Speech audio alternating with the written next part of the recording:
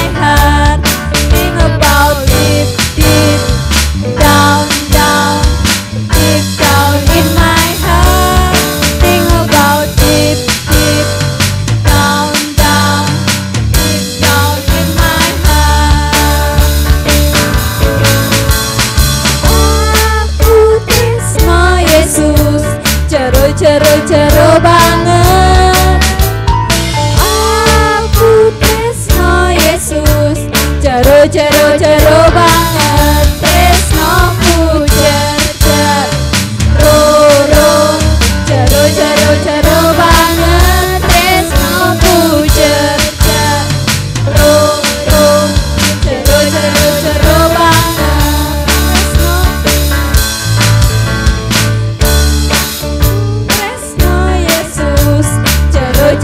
Jero banget aku tresno Yesus, jero banget tresnoku jer roro, jero banget tresnoku jer roro, jero banget.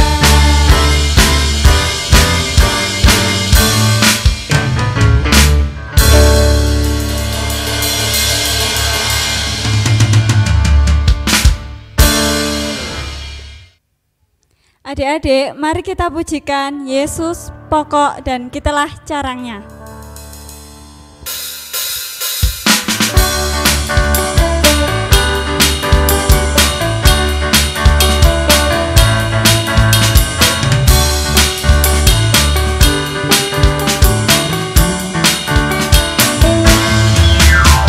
Yesus pokok dan kitalah caranya, tinggallah di dalamnya. Yesus pokok dan kitalah caranya.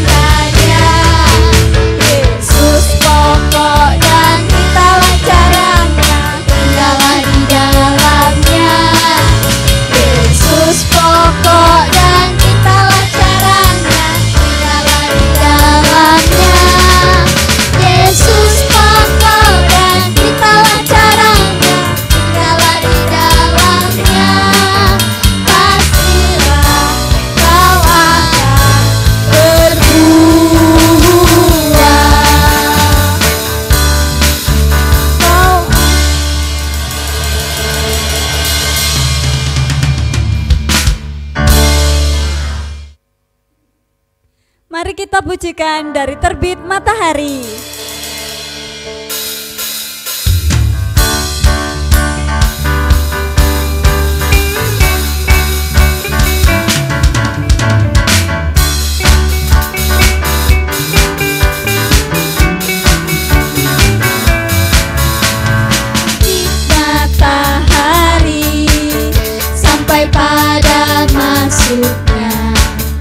Biarlah nama Tuhan dipuji. Dari terbit matahari sampai pada masuknya, biarlah nama Tuhan dipuji. Puji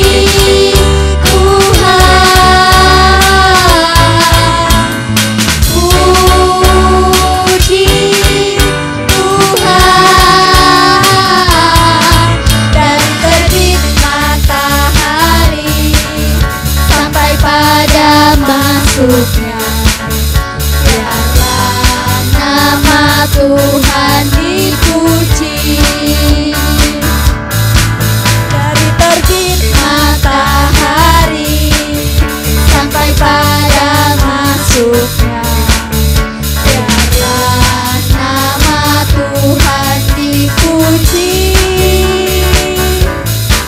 Dari terbit matahari sampai pada masuknya, biarlah nama Tuhan dipuji. Puji Tuhan, puji Tuhan. Dari terbit matahari sampai pada masuknya, biarlah nama Tuhan dipuji. Biarlah nama Tuhan dipuji. Biarlah nama Tuhan dipuji.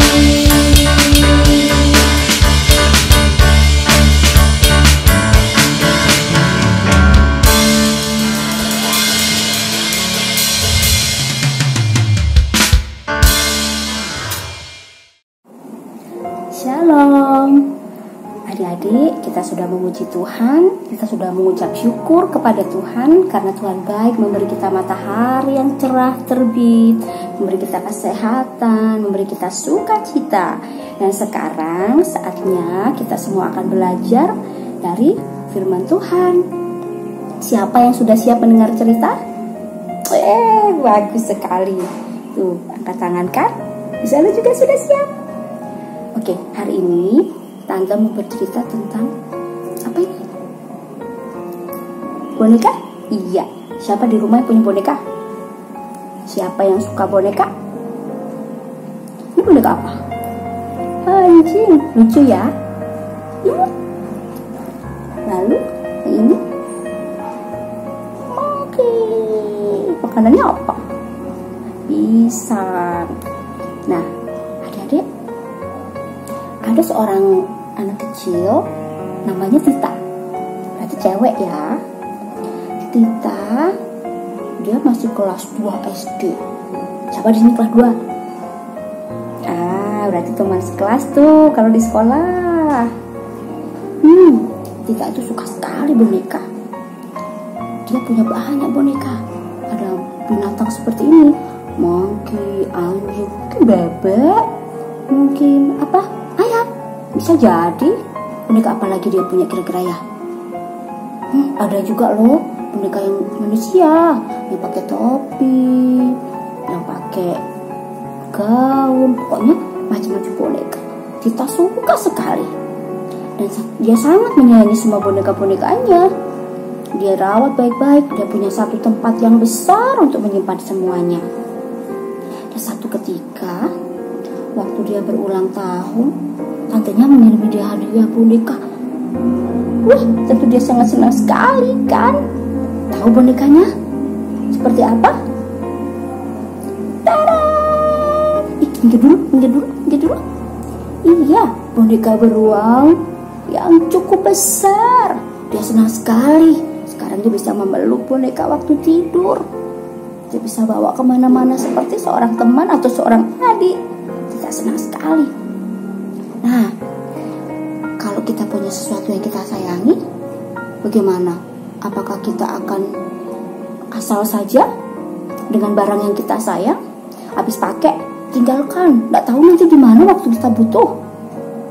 Atau kita cuma teriak, "Mama, di mana bonekaku? Mama, di mana mainanku?" Tidak. Kalau kita sayang dengan benda-benda yang kita miliki, kita akan menjaganya, kita akan merawatnya, kita akan melakukan yang terbaik supaya dia tetap terjaga dengan rapi, bersih, dan tidak ada sesuatu yang akan membuat dia rusak. Nah, itu pula yang kita lakukan.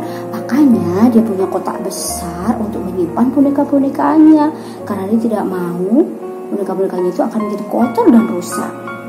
Bagaimana dengan kalian? Siapa di sini yang kalau punya mainan harus pakai tinggalkan di mana-mana, lalu lupa? Kalau nggak ketemu marah-marah sama mama. Itu tidak baik.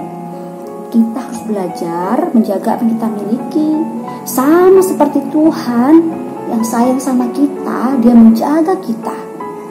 Dia memberkati, melindungi, dan merawat. Kalau kita sakit, Dia sembuhkan. Kalau kita susah, Dia hiburkan. Kalau kita butuh banyak makanan, Tuhan kirim berkat dengan cara-cara yang ajaib. Iya, papa mama kita bekerja, ada uang yang mereka dapat dari pekerjaannya untuk bisa membeli makanan. Tapi bisa juga Tuhan kirimkan lewat orang lain. Kita lanjut cerita Tita yuk. Suatu kali Tita lagi asik bermain dengan boneka-bonekanya. Tiba-tiba dia merasa sakit perut. Aduh, kamar mandi. Dia tinggalkan dulu dong mainannya sebentar, dan dia pergi ke kamar mandi. Setelah dia selesai di kamar mandi, dia lari lagi dan balik ke tempat bermain tadi, di teras rumahnya. Lah, kok bonekanya sudah berantakan? Kok bonekanya? Ada yang satu hilang. Di mana ya? Di mana ya? Bingung dong. Tadi kan cuma ditaruh aja, tidak ditinggal kemana-mana, cuma kamar mandi sebentar. Bagaimana ini? Tita bingung. Tanya mama. Dia masuk ke dalam rumah. Mama, lihat boneka aku nggak? Boneka yang besar lagi, yang lopetan di tante, kok tidak ada? Kemana? Mama bilang apa? Loh lah, mama masih masak. Kan kamu mainnya di depan, mama di belakang. Mama tidak tahu. Aduh, gimana mama? Sedih dong. Boneka kesayangan hadiah lagi dari tante. Saya cari kesana sini. Ternyata waktu dia pergi dari kamar mandi, ada anak tetangga lewat. Dia lihat bonekanya bagus-bagus. Maksudnya mau pinjam, tapi tidak bilang, dan boneka itu diambil. Bagaimana kita bisa tahu? Karena ternyata anak itu tadi jatuh dengan boneka itu dan kemudian robek. Kita sedih sekali dan dia menangis. Lalu apa yang akan dia lakukan? Dia marah-marah kah dengan anak itu? Kenapa kamu ambil mainanku? Kenapa kamu tidak bilang? Kenapa kamu itu mencuri? Iya, bisa dia marah-marah, bisa dia mengamuk-mengamuk. Tapi apakah itu akan membuat bonekanya rapi lagi, bersih lagi? Tidak. Lalu bagaimana?